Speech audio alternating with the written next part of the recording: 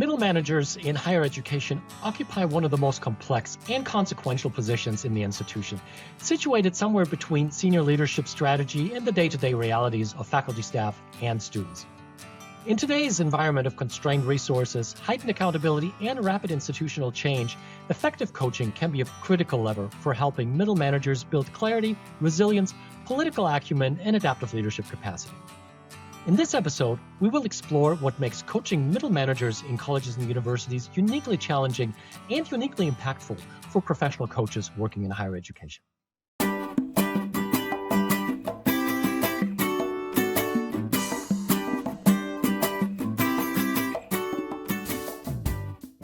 Hello, I'm Tim Jansa, a leadership and organizational development coach, and your host for Coaching in Higher Education, the go-to podcast for coaching professionals and those interested in coaching at colleges and universities. My guest today is Dr. Kim Burns, a coach, consultant, facilitator, and instructor with extensive experience in community college administration. She's also the author of a chapter titled Thriving in the Middle: How Coaching Can Empower Higher Ed Administrators, which is part of the recently published edited volume, Transformative Coaching for Faculty and Staff in Higher Education, which we discussed in episode 1 of this season. So welcome to the podcast, Kim, and thank you for taking time for sharing your insights with us today. Oh, thanks for having me, Tim. It's great to be here. As I may have mentioned to you when we met, your chapter was the first one I went to when I received my copy of the book. For some reason, I've always felt that there is a lot of work still to be done for those who sit where I'd like to say the proverbial rubber meets the road. So for those in the audience who may not know, who would you say is part of this middle management in higher ed that we're discussing? And how is this particular level of the institution the meat in the sandwich, as you write in your chapter? Well, I'm so honored that my chapter was the first that you went to. So thank you for sharing that. And I'm glad you asked that question because we really don't use the term managers, in our titles in higher ed. And I think of middle managers as the deans, the directors, the coordinators, who really serve as the glue of the institution, who are keeping everything together.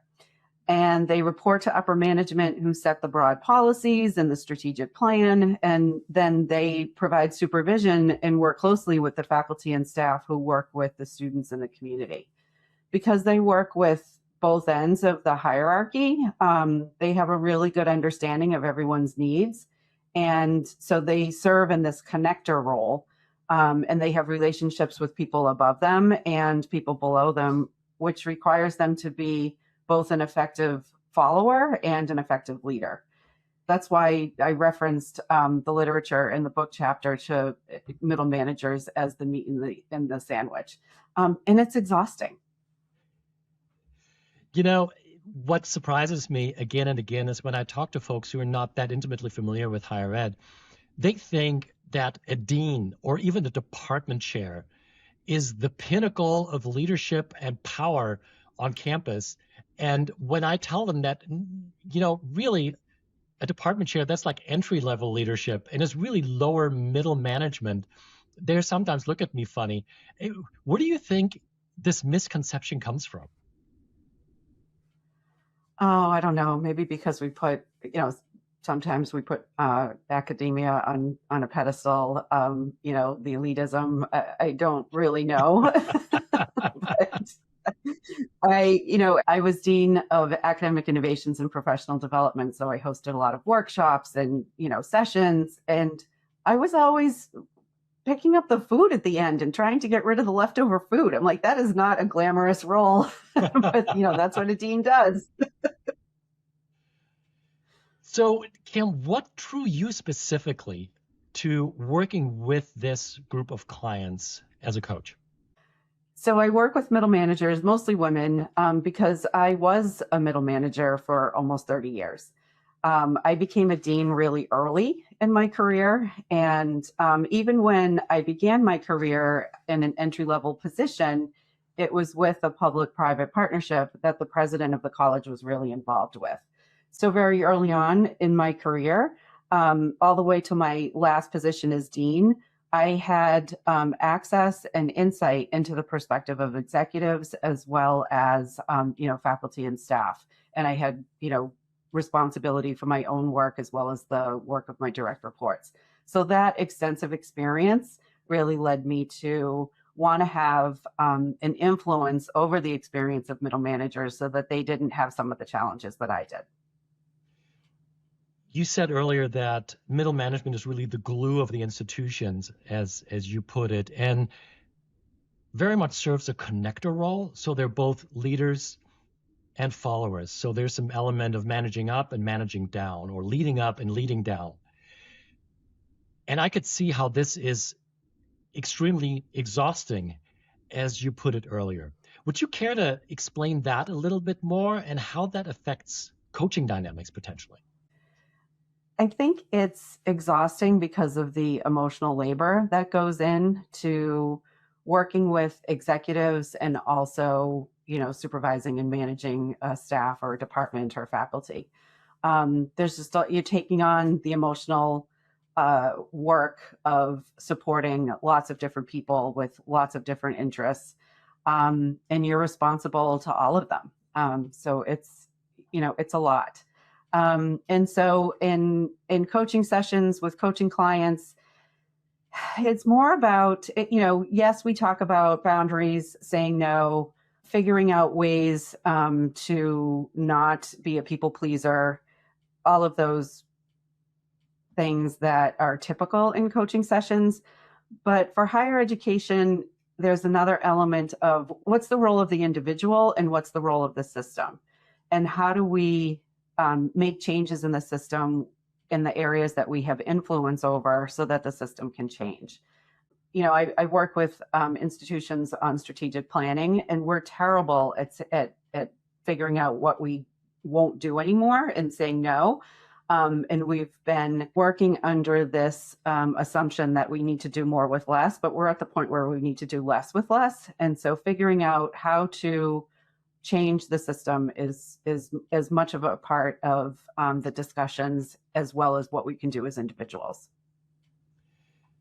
Thank you for explaining that.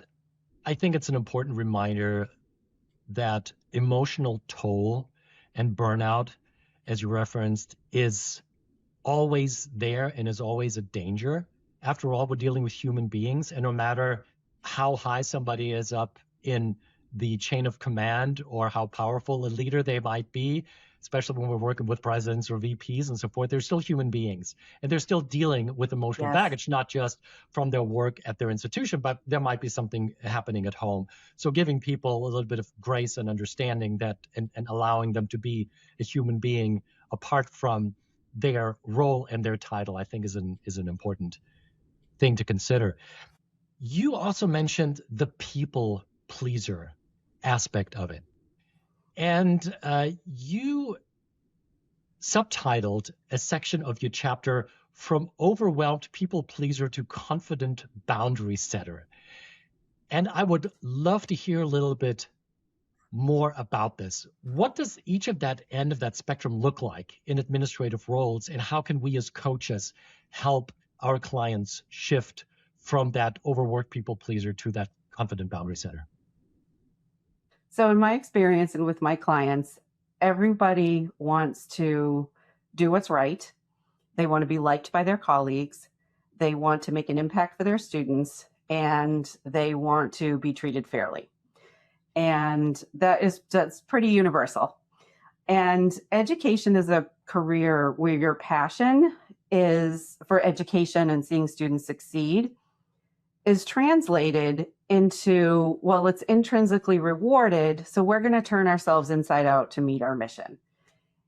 And since the pandemic, well, that has always been unsustainable, but since the pandemic, it's received a lot of attention. And if your listeners haven't read The Caring University by Kevin McClure, I highly recommend it. He says things out loud that a lot of us feel and think. So whether they're, faculty with a lot of administrative responsibilities or, middle managers, we have not been trained to know what realistic boundaries are and what appropriate boundaries are. And so that is something that a lot of my clients discover in coaching. And they might that might be about how many late nights and weekends they're willing to work, how often they're checking their email, learning how to delegate, asking their supervisor for help and or the guidance or the resources that they need. And so in coaching sessions, I'm sure that you've experienced this with your coaching clients. An indicator of a really good session is when a client says, "Oh, I've never said that out loud." And so we have these self-imposed, but it's part of the culture, so it's not really self-imposed, ideas about how much we're supposed to work, how hard we're supposed to work. And what I really appreciate about the work that clients and I do together is coming together for time dedicated to thinking and reflecting about those assumptions that we've internalized. And the pace of every day doesn't allow for a lot of thinking or reflecting. And so the coaching session is that opportunity, and thinking about what needs to change to bring a greater sense of fulfillment so that you have some energy left over at the end of the day for your family and your personal life. Saying things out loud. That is one thing that I ask my clients to do a lot, because especially when we're working with academics, there is the tendency to have an internal monologue going on. And a lot of times I just say, talk me through what's going on in your mind. What are you thinking right now? Just verbalize it. And you're absolutely right. The first time they may feel uncomfortable doing that. But a lot of times they're just like, yeah, this sounds great. Or they pause and start reflecting on that. And sometimes I take the next step where I say, well, when you hear yourself say that, what's going through your mind? Or if somebody else were to hear you right now say that, what do you think their opinion would be? What do you think their advice might be? So I really appreciate your homing in on that. So Kim, I'd like to shift just a tiny little bit and bring in your background again. So a lot of my guests on this program, and of course a lot of people I talk to, their background is mostly in larger research institutions. But there is one area of higher education that I think gets not nearly as much attention as it should be, and that is smaller colleges, and particular community colleges. So your background is primarily in community colleges. So what would you say should external coaches know before stepping into a community college environment, especially around culture and expectations and how coaches function in that environment versus, let's say, a large research institution? A coach going into a community college context who doesn't have experience with community colleges would need to know that community colleges don't have a lot of experience with coaching. It's very common for academic coaches to work with students, especially for different populations such as athletes or students on academic probation. It doesn't seem like many of the academic coaches who work with students are trained like you and I are or ICF certified, but some are becoming ICF certified, so that's really wonderful. So to go into a community college and work with executives or middle managers around coaching, it would be educating, what it is, how it's different from leadership development programs, and those sorts of things. The culture of community colleges is very practical, very student-focused, and very community-focused. Faculty have very heavy teaching loads, and administrators are often doing the jobs of 2 or 3 people. So even though community colleges serve the neediest students, they're the least resourced. And, there's actually a positive side to that. I find that community college faculty and staff and administrators are very resourceful and very innovative. So it's a practical, innovative culture that has a lot of responsibility to their students, to their communities, and to, not really concerned with prestige, but really focused on their mission. Please pardon the interruption. This is your friendly reminder that if you're enjoying today's episode, to please click like and to subscribe to the podcast. Your support is really important to us. Also, please check out the companion website, higheredcoaching.us or leadershipimagined.com/podcast. Thanks so much. And now back to the episode. You talk and write about democratizing coaching. And I would love to hear a little bit more about it, because you already touched on that by saying that coaching a lot of times is something that is reserved for the upper administration, especially people who transform from the outside in an executive role who may already have experience with coaches and coaching. Whereas, especially in the community colleges, anything that's middle management, their coaching a lot of times still carries that stigma of being a punitive and intervention for people in trouble. And I would love to hear a little bit more about what you mean by democratizing coaching, especially in practical terms on campus.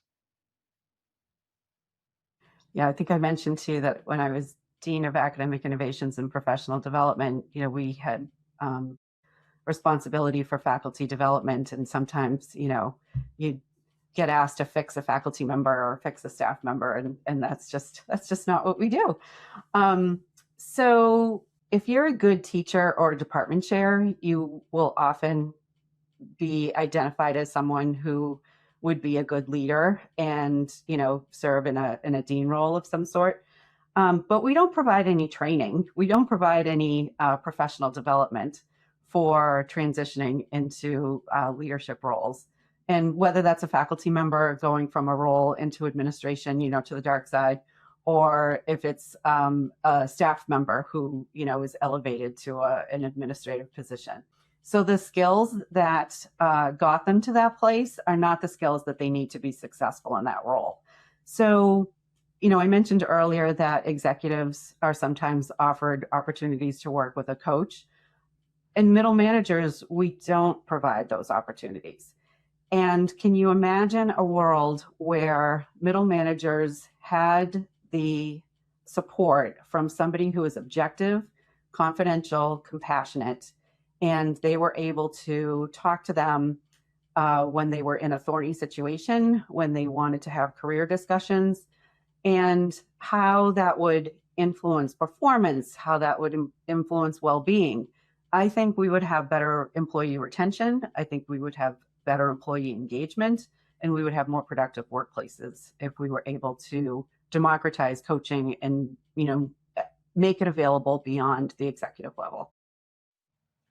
Thank you for that pitch. And thank you for reminding us of the ROI of coaching and the value coaching can bring, especially in the middle management, because retention is a huge issue. And you mentioned career discussions. I'm sure you have also worked with clients who recently moved up either in a chair position, associate dean, or even a dean's position. And then after a year or so, discovered that maybe they're happier being research faculty or teaching faculty. So it's definitely possible to do that. But a lot of them, they just stick with it because they don't want to be seen as failures. So there's a lot of identity and, of course, ego rolled into this as well. So I appreciate that. You mentioned in your chapter a values-based framework that you use with your coaching client and that you encourage other coaches to apply in their work with their clients. So how does your values framework help middle managers see as administration as more aligned with rather than opposed to their core values? How does that work? And how can perhaps these values serve as providing the kind of new North Star when moving into administration, or to the dark side, as you put it? So in my group coaching programs for women and in my private coaching sessions, I often encourage clients to reflect on their core values and write them down and have them readily available for them to see and revisit. And I also tell my clients that if something is pissing them off, it's most likely rubbing up against a value. And so and middle managers who have either completed my programs or worked with me as a coach have told me that, having that North Star of their core values just makes it easier to make decisions. I had one middle manager, she was a new dean, tell me that, any decision that she makes, someone is going to be unhappy. She has the executives to consider, she has her faculty and staff and students to consider, and knowing that she's going to make a decision where someone will be unhappy, making the decision in alignment with her values takes the emotions out of it and makes the decision easier to make. So that is huge. Like, if we could make things easier for middle managers and we could do it through values, how wonderful is that? You asked about having the North Star in terms of aligning values with the institution. When I think about institutional values in my group coaching program, we actually pull up each institution's strategic plan or about page or whatever on their website and find the values. And they're often espoused values. And then we talk about the actual values that they experience as a part of the culture of the institution. And then they crosswalk that with their own core values. And sometimes there's a misalignment, and that's something that must be wrestled with. Other times there's a lot of overlap, that they're in the right place. And sometimes there's a rub between a person's core values and their experience of the culture of the institution and the experience of those values. And so that's something that can be worked through in coaching. What do you do? Because when values clash, this is so far inside and so deep in the way we as human beings, especially at the workplace, operate and live and feel included or not. If you work with a client who experiences a real misalignment of values, what's a good approach? So it depends on the client. It's exploring what is in their sphere of influence where they can enact their values. And we actually pull up a calendar and pull up project lists and to-do lists and see where their values are showing up in their everyday. And if they're not showing up in their everyday, how can they work in more of that? And so say someone values creativity and they don't have a lot of time to be creative, where can they find that in their schedule, in their responsibilities? So looking at that practical level of how are the values showing up in their daily life. And sometimes clients have some influence and can shift things. We talk about job crafting where, especially in higher education, we do have some autonomy, depending on your role, to be able to take on projects and do work that is more in alignment with your values. Other times, depending on the client situation, it's a change. A change is needed. And so it's talking through that transition process. I've been working with a client also at a large research institution. And one of the things that has come up is that there has been what's developed is a real rift between my client and their boss, who's a VP. And we've been trying to bridge that for a while. But one thing I realized, and we both realized, that there is just such a difference in what both of them value and how the work gets done. Interestingly enough, they both want the same thing, but just the way they approach it from a value standpoint is so very, very different.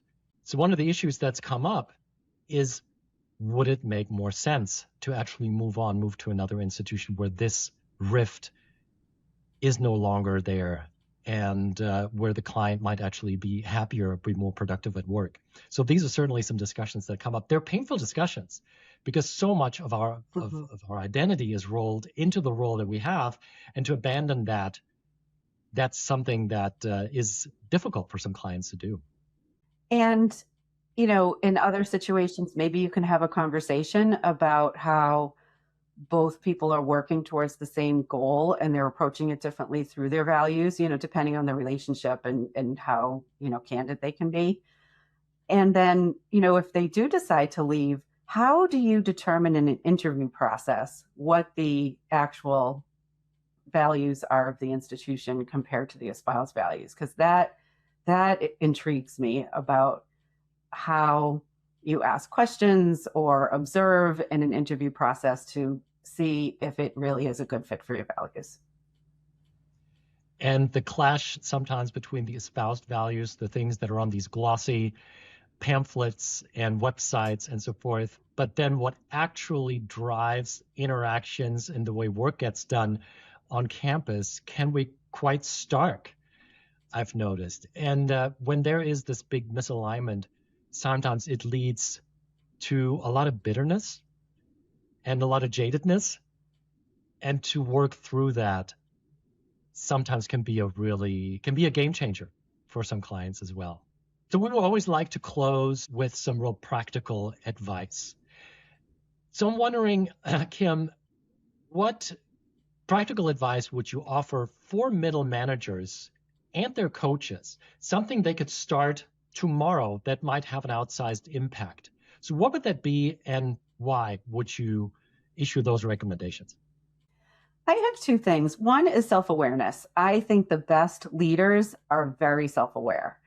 And you can develop self-awareness in so many different ways. So to explore that with a coach, or just to think about and reflect on how you can build that self-awareness, is something that everybody can do. The second thing would be develop and deepen and broaden the professional relationships that you have, your professional network. People benefit from having deeper and broader professional relationships. So inviting someone to a Zoom coffee, attending a professional association event, joining a board. There are lots of ways to meet people in your discipline or in your area. And women especially who have a close network of other women actually advance in their career more quickly and have higher salaries.